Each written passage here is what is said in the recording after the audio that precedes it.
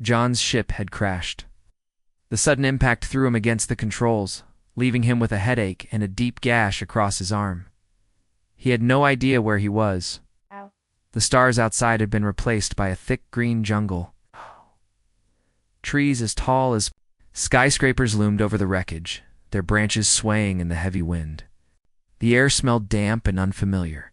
For a moment, all John could do was sit there, breathing heavily, staring at the broken pieces of his ship. It was a mess. Smoke curled from the engine, and the ground around him was scorched. He didn't know how long he'd been unconscious, but the pain in his arm was a reminder that he wasn't alone anymore. He was on an alien planet, stranded and vulnerable. His first instinct was to reach for his communication device, but when he looked for it, he saw nothing. His equipment must have been damaged in the crash. He was alone. Panic started to rise. In his chest, what if no one finds me? What if I don't make it out of here alive? Suddenly a noise snapped John out of his thoughts. A low growl echoed from the jungle. He froze, his heart hammering in his chest. It wasn't a sound he had ever heard before, but he knew what it meant. Danger. He slowly turned his head and saw movement in the dense underbrush. Something was coming closer. His breath caught in his throat as he scrambled to his feet, despite the pain in his arm. His survival instincts kicked in, and he dove into the shadows behind a large rock. Hoping it would hide him from whatever was out there, the growling continued. It was closer now. He could hear the rustling of leaves, the sound of something large moving through the jungle. A figure emerged from the trees. John's eyes widened in shock. Standing before him was a humanoid creature, tall and imposing, with fur that shimmered like gold under the light filtering through the trees. Its ears were pointed, and its eyes, sharp and intelligent, scanned the area. It was covered in armor-like scales, and its tail, thick and long, whipped through the air behind it. John's breath caught. The creature was a Vulpine, a species known for being fierce predators. Stories of their speed, strength, and hunger were widespread throughout the galaxy. They were rumored to devour anything that entered their territory, and John had no doubt that he was the next meal on the menu. I'm going to die here, he thought. The Vulpine will tear me apart. His hands shook as he tried to control his breathing. He was trapped. There was no way out. The Vulpine's eyes locked onto his hiding spot, and it took a slow step forward, its massive form moving gracefully despite its size. John held his breath, praying that the creature wouldn't see him. He felt a bead of sweat run down his forehead, his muscles tense, ready to run, even though he knew it would be futile. The Vulpine was faster than him, stronger than him, and more deadly than anything he had ever faced before. But to his surprise, the creature didn't pounce. Instead, it sniffed the air, its nose twitching. It stepped closer, its eyes still locked on the shadows where John was hiding. John felt his heart stop. Please, please, don't find me. The Vulpine's gaze softened, and its eyes narrowed as if studying the ground beneath it. Slowly, it walked forward, its tail swishing with each step. John didn't dare move. Then, to his disbelief, the creature stopped directly in front of him. It crouched down low, its golden fur brushing against the ground. The Vulpine's eyes met his, and John's breath caught in his throat. This was it. This was the moment he had feared since the crash. But the creature didn't attack. Instead, it tilted its head, as if trying to understand him. It reached out with one gloved hand and gently touched the edge of the rock John was hiding behind. For a moment, the world seemed to hold its breath. Then, in a voice softer than he expected, the Vulpine spoke. You are hurt, it said, its voice calm and measured. You will die out here alone. John blinked, stunned. The creature spoke in his language. What? He stammered, not sure if he was dreaming. His heart was still racing, and his mind struggled to process what was happening. He had expected violence, but this wasn't violence. It was concern. I can help you, the Vulpine said, but you must trust me. John stared at the creature, unsure if this was some sort of trick, but it didn't feel like a trick. There was no malice in its eyes. There was only curiosity, and something else, something he couldn't name. "Help me," Gon repeated, his voice hoarse. "You help me? You're a Vulpine." The Vulpine's head tilted again, and its expression softened. "I am not like the others," it replied. "Not all Vulpine are the same." John wasn't sure what to make of this. He had heard stories, but none of them spoke of Vulpine being kind or helpful. They were feared throughout the galaxy. The idea that one would offer help specially to a human seemed impossible, but there was no time to argue. His head was spinning, his vision blurred, and his arm throbbed with pain. Maybe this was his only chance. Maybe trusting this creature was his only way out? Tentatively, John nodded. "Okay, help me." The Vulpine gave a slight nod in return. Didn't speak further, but reached out, its strong armored hands gently lifting him from behind the rock. John winced as his wound was moved, but he didn't pull away. He had no strength to resist. "Follow me," the Vulpine said, its voice firm but calm. John did as instructed, stepping out from the shadows. The Vulpine led him deeper into the jungle, away from the wreckage of his ship, into the unknown. They walked. John couldn't help but glance over at the creature. This was not how he had imagined this encounter. This species of ruthless predators wasn't what he thought at all. In fact, John couldn't help but wonder if there was more to these creatures than he had been told. But one thing was certain: he was no longer running for his life. For the first time since the crash, he felt a spark of hope. This opening sets the tone for the rest of the story, establishing tension, surprise, and an intriguing shift in the relationship between John and the Vulpine. Keeps the reader engaged while introducing the setting and the complex dynamics between these two beings. John followed the Vulpine through the dense jungle, the sounds of rustling leaves and distant animal calls filling the air. His mind was racing, trying to process everything that had happened in the last few hours. He had crashed on an alien planet, feared for his life, and then, instead of being devoured, he was being helped by the very creature he had feared. It didn't make sense. The Vulpine led him deeper into the jungle, her movements swift and sure, like she knew the land better than her own skin. She moved effortlessly through the thick vegetation, her tail swishing behind her, parting the branches as though they were nothing. John, on the other hand, struggled to keep up. His body ached, and his injured arm made every step harder than the last dot. Despite the pain, he couldn't help but marvel at the creature before him. The Vulpine was like nothing he had ever seen. Her fur shimmered like gold, and her eyes were sharp, intelligent, almost human in their depth. She was not the savage predator he had been warned about. She was something else entirely. "Where are we going?" John asked, his voice shaky but steady. The Vulpine didn't answer immediately, but after a few moments she turned her head slightly. "My home," she replied, her voice calm but with a hint of something unreadable. "It is safer there." Nodded, not fully understanding what she meant, but too exhausted to ask more. He couldn't believe it. This Vulpine Kellis, as she had introduced herself, had saved his life. She wasn't like the others. She wasn't attacking him. She was protecting him. The two continued walking in silence. John had many questions, but every time he tried to voice them, he found himself unsure where to begin. Why had she saved him? Was she truly different from the other Vulpine? Was he being tricked? He glanced at her again. Kellis was unlike anything he had ever seen. Her features were sharp, her eyes glowing with an inner fire. She was tall, taller than any human he had ever met, and her movements were graceful, almost feline, but it wasn't just her physical form that caught his attention. It was the way she carried herself. She seemed noble. They finally came to a small clearing. In the center stood a large, natural structure, a cave, half hidden by vines and tall grasses. It was beautiful in a way that John couldn't quite describe.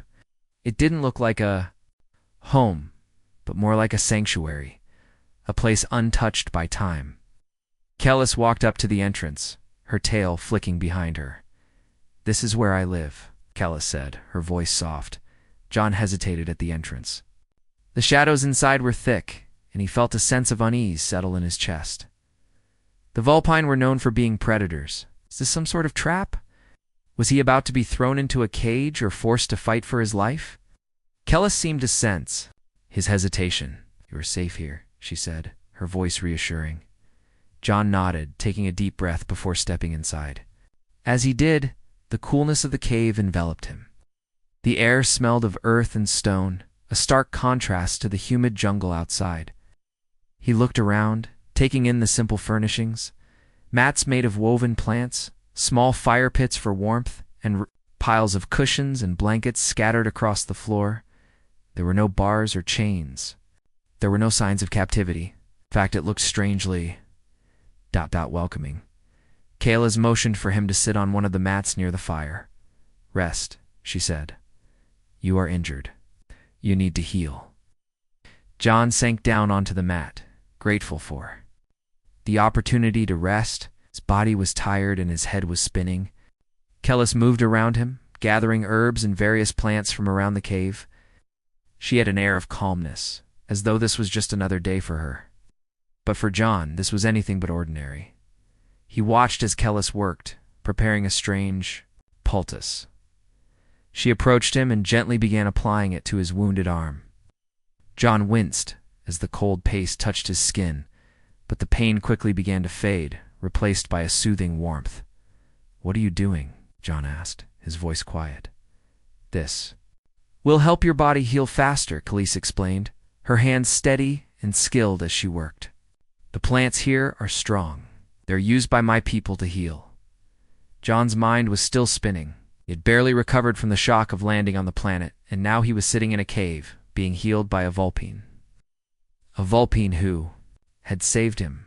"Why are you helping me?" he asked, unable to hold his questions back any longer. "Why not just leave me to die? You could have eaten me." Kellis paused for a moment, her eyes meeting his. There was a flicker of something in them, something that almost looked like sadness. "I do not kill without reason," she said softly.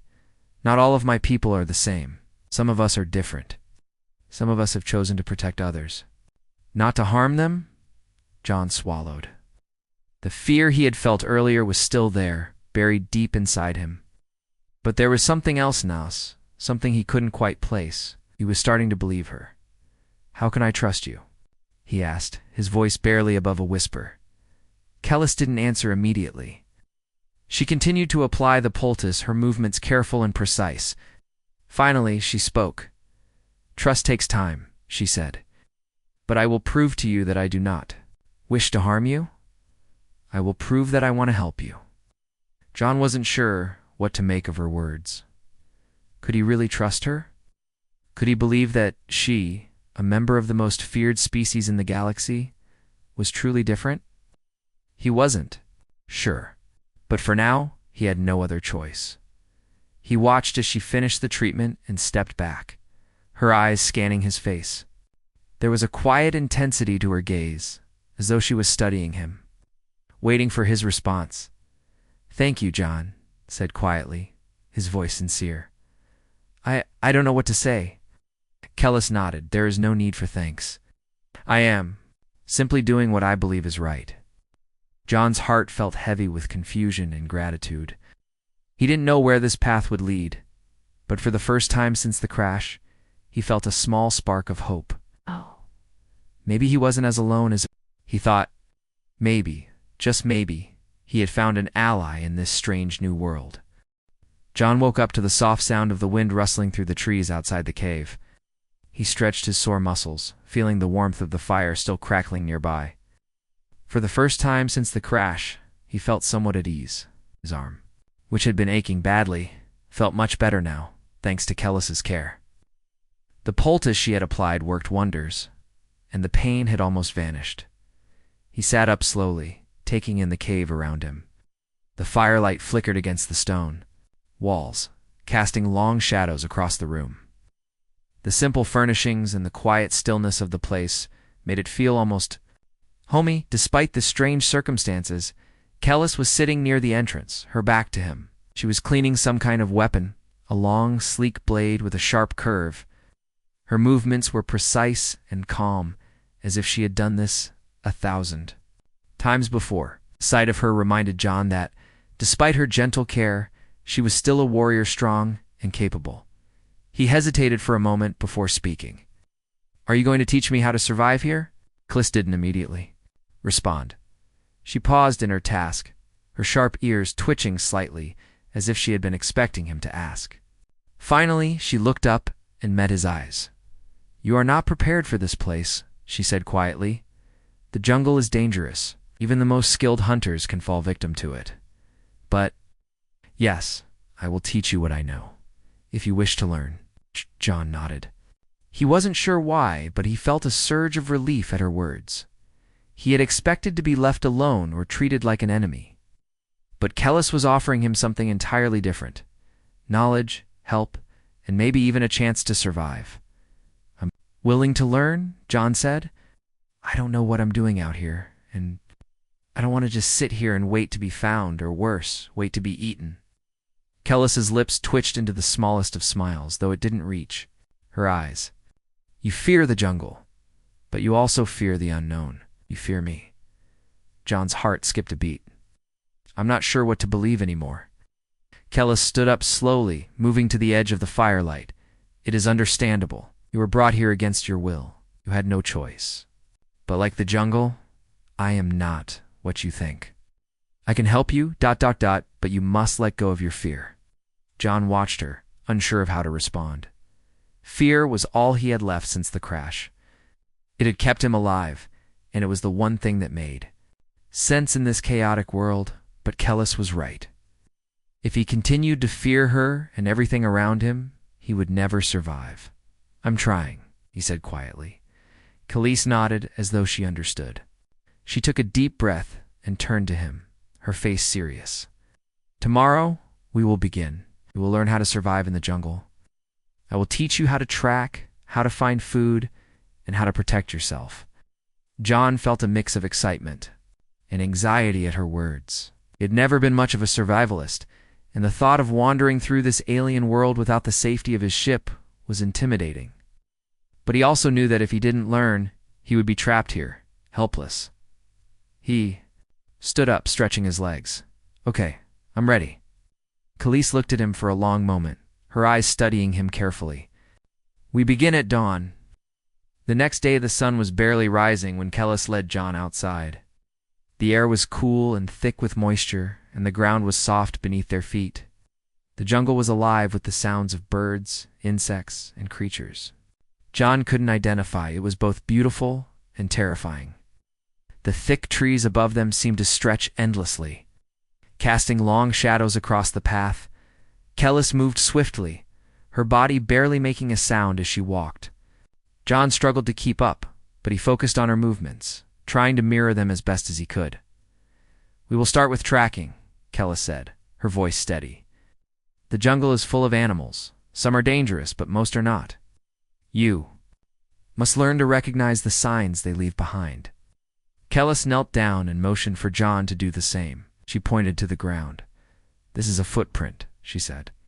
"It belongs to a larger creature. You can tell by the size and shape of the print." John leaned forward, squinting at the print in the dirt. It was large, about the size of a human foot, but the shape was different. It had claws, like something with paws. "Is it dangerous?" John asked, his voice low. Kellis nodded. "It is not aggressive by nature, but it is territorial. If we get too close, it may attack. Always respect its space." John took note of her words. He wasn't used to thinking about animals this way. He'd always seen them as threats or resources for food. But Kellis was teaching him to see them as part of a larger system. Everything had its place in the jungle, including himself. They continued walking, and Kellis stopped to examine more footprints, droppings, and broken branches. John followed her closely, eager to learn. He found that the more he focused on the details, the less fear he felt. It was almost as if the jungle was no longer an enemy, but a puzzle he could solve. By midday, Kellis had shown him how to make a basic shelter using branches and leaves. She taught him how to find fresh water by following the trails of animals, and how to identify edible plants. John was amazed at how much Kellis knew, and how much he was beginning to understand. He wasn't just surviving, he was learning how to live here. As they sat around a small fire that night, Kellis looked at him with a quiet pride in her eyes. "You are learning quickly." John smiled, feeling a warmth spread through him that had nothing to do with the fire. Thanks to you. Khalees's gaze softened, but she didn't respond. Instead, she stood up, walking to the edge of their camp. She turned to face him. There is much more to learn, she said. But you are ready. We are not so different. You and I, both of us, are survivors. Jon stared at her, struck by the truth in her words. In that moment, he realized that the Vulpine warrior wasn't just his protector. She was his ally. And maybe they could help each other. Survive this strange, dangerous world. The days passed slowly, but Jon was growing more accustomed to life on the alien planet. Each morning, Kellis taught him more about survival, how to track animals, how to build better shelters, and how to navigate through the jungle without drawing attention. By the time a week had gone by, Jon felt more confident, though the jungle still held its mysteries. One afternoon, they moved through the thick forest. Kellis stopped suddenly. Her sharp eyes scanned the surroundings, her body tensing as she crouched down low to the ground. Jon paused too, instinctively holding his breath. He had learned by now that when Kellis stopped like this, it meant something dangerous was nearby. What is it? Jon whispered, barely moving his lips. Kellis motioned for him to stay silent. She pointed to a patch of dense foliage ahead of them where movement could be seen just beyond the leaves. Her gaze narrowed as she looked back at Jon. Stay low, she said quietly, and Jon followed her instructions without hesitation. They crouched low, moving silently through the undergrowth. Kellis led him around the area, avoiding the clearing where the movement had come from. As they rounded a bend, they stopped again, this time facing the other direction. Jon's heart raced as his eyes followed Kellis's every movement. After a few moments, Kellis spoke, her voice low but serious. We are not alone. There are others in these woods more dangerous than the creatures we've encountered so far. Jon's heart skipped a beat. Kellis's eyes stayed fixed. On the jungle ahead, Vulpine. But not like me. Jon felt a chill run down his spine. Other Vulpine?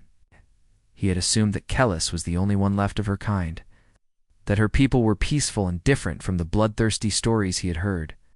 But now, hearing her words, he realized there was a side to the Vulpine that was much darker than he had imagined.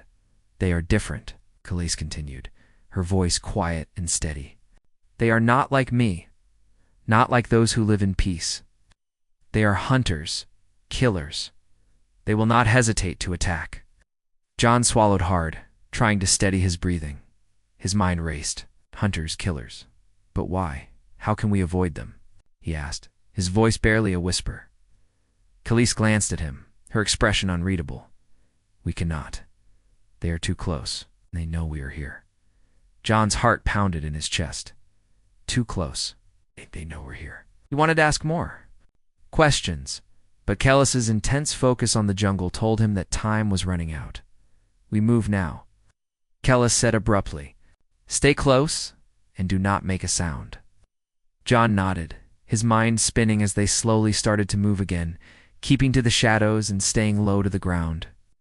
The jungle felt even more alive now, the sounds of insects and animals overwhelming.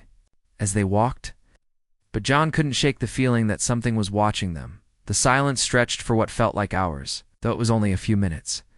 Jon kept his eyes on Kellis's back, not daring to look around. His mind was flooded with images of the other Vulpine. What would they look like? Would they be as dangerous as Kellis had said? As they moved deeper into the jungle, the tension grew thicker. Jon's pulse quickened with every step, his senses on high alert. Then, without warning, Khalees stopped. She held up a hand to signal for him to stop as well, and he obeyed immediately. Ahead of them, hidden in the underbrush, were two figures. They were Vulpine, but they were different from Kellis. Their fur was darker, their eyes colder, and their expressions more menacing. They were not the same type of Vulpine that Kellis had shown him. These were hunters, ruthless and calculating. Kellis crouched low, and Jon did the same, instinctively hiding behind a thick bush. He could feel his heart beating in his chest. As the two Vulpine hunters moved past them, unaware of their presence, they are dangerous, Kellis whispered, her voice tight with warning. They hunt not just for food, but for power. They take what they want by force. John watched as the two hunters moved deeper into the jungle, their sharp eyes scanning the area around them. He felt a cold sweat form on his brow. He had never been so close to death. Once the hunters were out of sight, Kellis motioned for John to follow her. They moved silently, retracing their steps carefully. John's mind was still reeling from the encounter. He had known the jungle was dangerous. But this was something entirely different. As they made their way through the jungle, Kellis continued to guide him with steady determination. But even though she was the one in control, John could sense the tension in her movements. She was worried than he had ever seen her. After what seemed like hours, they arrived at a small, hidden cave. It was a safe place, a temporary shelter, where they could rest without being seen. The entrance was hidden behind thick vines, and the walls were covered in moss and shadows. Kellis turned to face John, her eyes serious. "We stay here for the night," she said. "Tomorrow we will leave this area. We cannot stay near the hunters." John nodded, feeling a mixture of fear and relief. He was exhausted both physically and mentally, but the thought of the hunters still lingered in his mind. He glanced around the cave, looking for some sort of comfort, but it felt cold and distant. "What happens if they find us?" I asked quietly.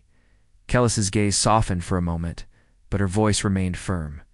"If they find us, we fight, but we do not have the strength to take them down alone. We must be smart."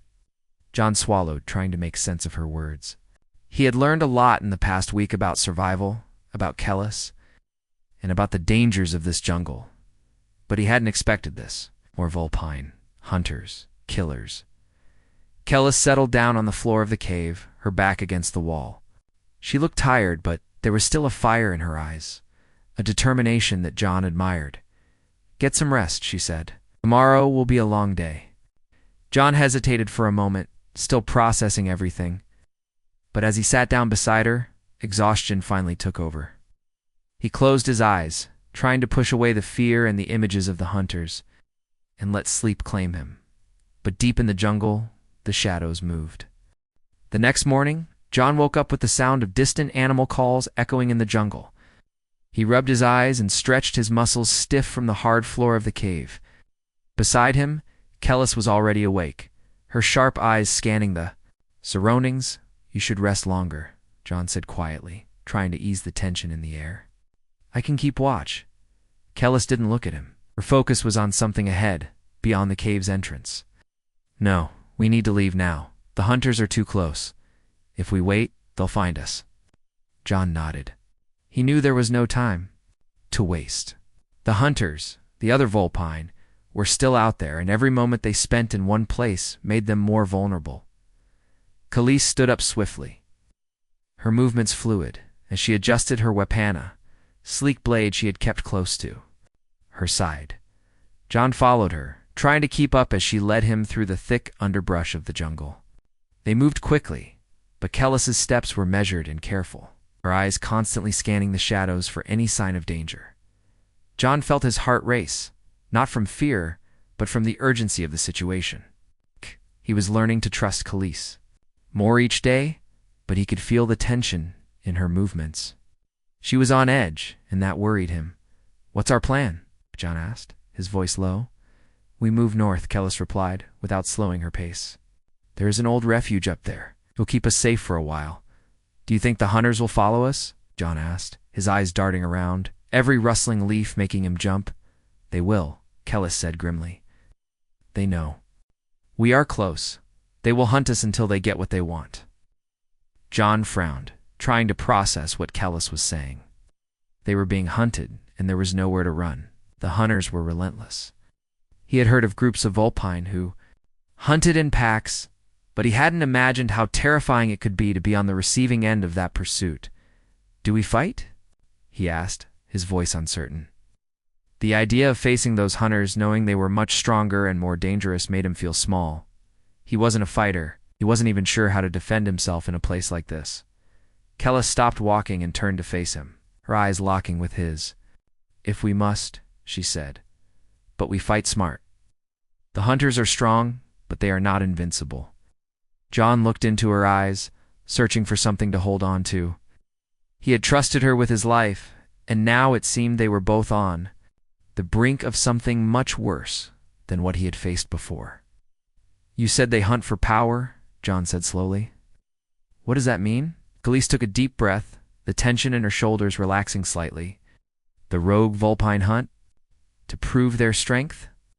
They want to control this land, and they believe that killing others, especially those who are weaker, gives them the right to do so." John shook his head in disbelief. That's barbaric." "It is," Kellis agreed, "but it is the way of their kind. They believe that might makes right." The words hung in the air for a moment before Khalees turned away, motioning for John to follow. "Let's keep moving. We're getting close." The refuge hours. Later, they reached the refuge Kellis had spoken of. It was an ancient structure, partially hidden by the dense jungle. It looked like something from a past era, with tall stone walls overgrown with vines and moss. The entrance was narrow, but it seemed sturdy enough to offer them a temporary place to rest. Kellis led John inside, her keen senses still alert. The interior was dim, but John could make out the outlines of old furnishings, long abandoned by those who once lived here. There were stone tables, shelves lined with broken pottery, and a large fireplace at the far end. Despite the disrepair, it felt safe. The stone walls provided a solid barrier against whatever dangers lurked outside. "Stay here," Khalees said as she moved to a corner, her eyes scanning the entrance. "I'll keep watch."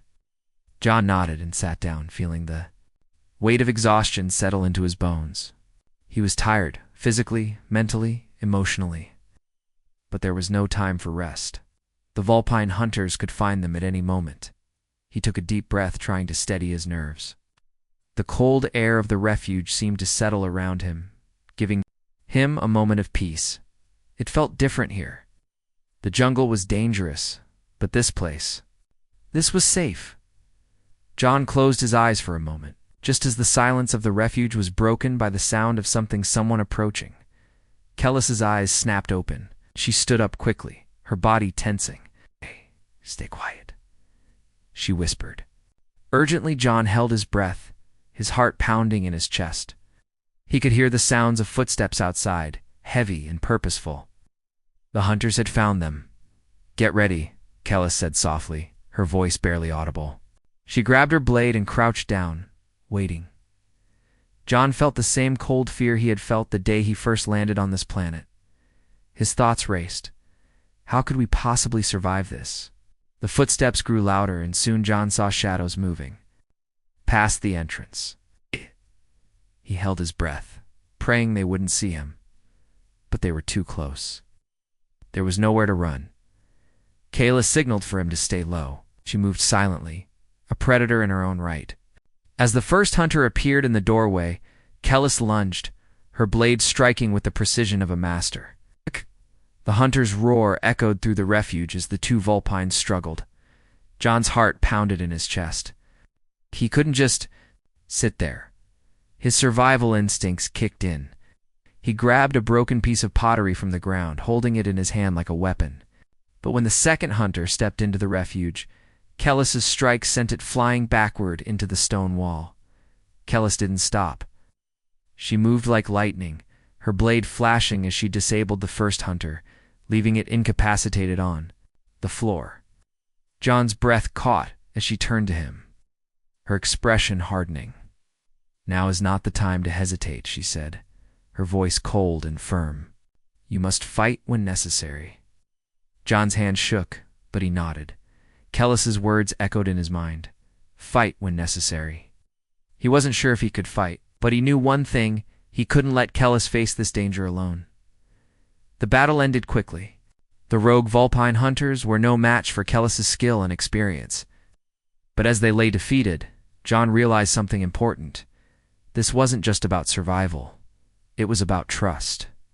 Kellis had trusted him to help, and now he was beginning to understand what it truly meant to fight for survival. As they stood over the fallen hunters, Kellis gave him a brief nod of approval. "You are ready," she said. "But the fight is far from over." John looked around the refuge, feeling a strange mix of fear and determination. They had won this battle, But the war for survival in this jungle had only just begun. The jungle had grown quiet again. Sounds of distant birds and insects filled the air. But the heavy tension that had hung over John and Kellis for the past few days seemed to linger. The rogue Vulpine hunters were defeated, but Kellis had made it clear that their fight was far from over. They could not stay in one place for long. Their enemies would regroup, and they would come for them again. After the battle, Kellis had given John a brief moment to recover. She had checked over his arm, making sure it was healing properly, and then, without warning, had started preparing for the next phase of their journey. There was no time to rest. They wanted to survive. They had to keep moving. They had left the refuge early that morning, and now they were deep in the jungle again. The dense trees and thick underbrush made it hard to see much beyond a few feet, but Kellis moved with ease, as though she had lived here her entire life. John, on the other hand, still struggled to keep up. His legs were sore from the long hours of walking, and his mind was still racing from the events of the past few days.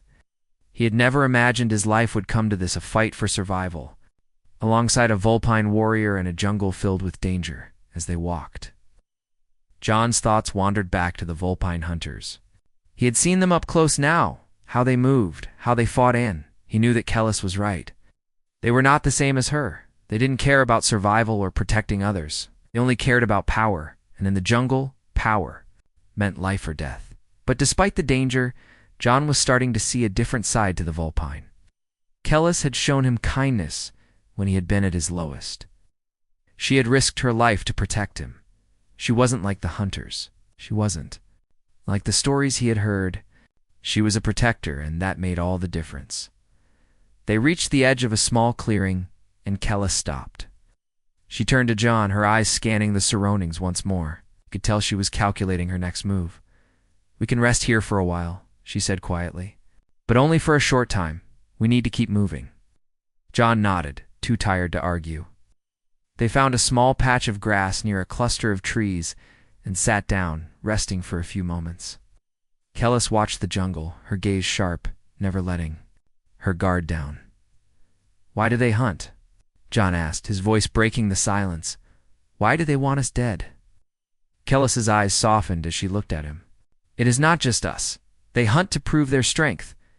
The rogue Vulpine believe that taking the lives of others will make them stronger. They seek power by any means, and killing is their way of showing that they are the strongest." John frowned. "That's wrong." "It is," Kellis agreed. "But that is how they are. They do not understand that true strength comes from protecting others, from helping those who cannot protect themselves. They do not see the value in kindness."